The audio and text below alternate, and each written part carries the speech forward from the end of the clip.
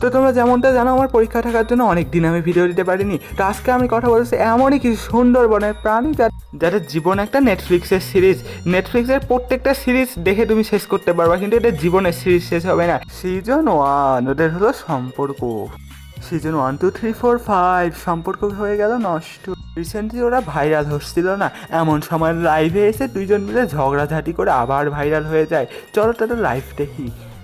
বাংলাদেশের আইন কতটা জঘন্য হইলে এর মতো একটা মহিলা ধর্ষণ মামলা আমাকে দিতে পারে? আমি একদম সহমত। বাংলাদেশের আইন কতটা খারাপ হলে এর মতো মানুষকে দেশে থাকতে দেয়।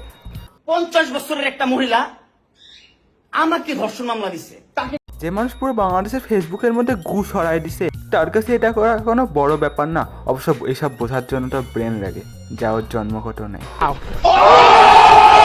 এখানে বিষয়টা হচ্ছে মামুনের কিছু গোপন ভিডিও ভাইরাল করে দিচ্ছে লাইলা। এই জন্য এদের মধ্যে ঝগড়া হচ্ছে লাইভের মধ্যে চলতেছে।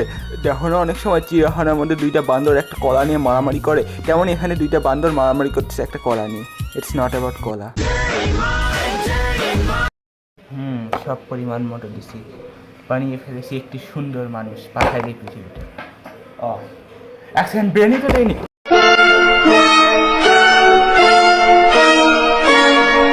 এদের ফেসবুকে ঝগড়া দেখে আই ওয়াজ বি লাইক, ভিন গ্রহের প্রাণী লায়লা মামুন কত সুন্দর অভিনয় করে। অভিনয়ে লায়লা মামুন সেরা রে। লায়লার মামুনের জন্য গাওয়া একটি গান শুনবো, যেই গান শোনার পর ইউ ওয়াজ বি লাইক এই গানকে অস্কারের পূর্বে গ্র্যামি দেওয়া উচিত।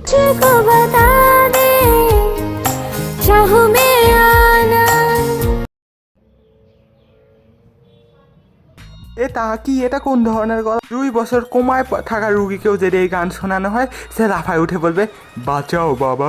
এটা হলো নর্মাল জীবন, এটা হলো আলট্রা প্রো ম্যাক্স ফালতু জীবন। 465 আমি ধুর কেউ যাবি না এর বাড়িতে, হুডাই ঢং করে, প্রত্যেক দিন ঝগড়া মজে থাকে আর পুলিশ ডাকে হুডাই।